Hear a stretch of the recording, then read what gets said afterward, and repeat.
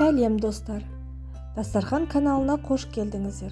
Бүгін сіздермен наурыз көженің ең оңай рецептісімен бөлісемін.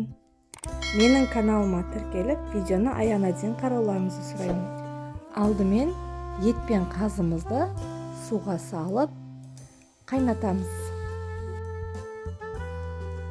Қайнаған соң көбігін жақсылап тазалап аламыз.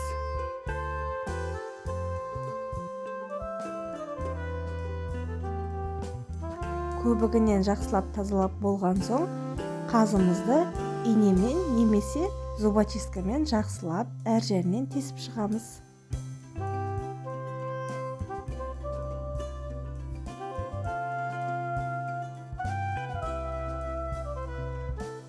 Содан соң жуаны саламыз.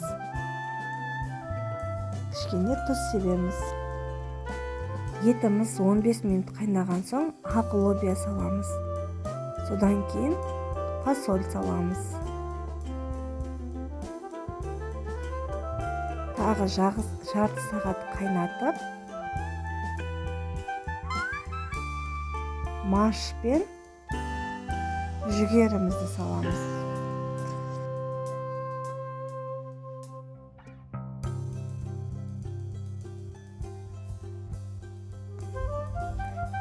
Сорпамызды шамамен 2 сағаттай қайнатамыз.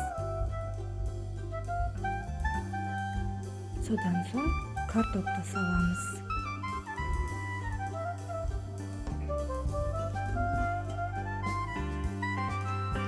Содан кейін кеспемізді саламыз. Біздің наурыз көжеміз дайын. Қазымызды, етімізді түсіріп аламыз, майдалап турап, сорпаға дайындаймыз.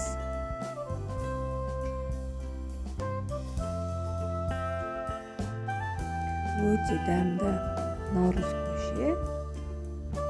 Астарыңыз дәмді болсын. Менің каналыма тіркелуді ұмытпаңыздар. Мен сіздермен апта сайын әртүрлі дәмді видео рецептермен бөлісетін боламын.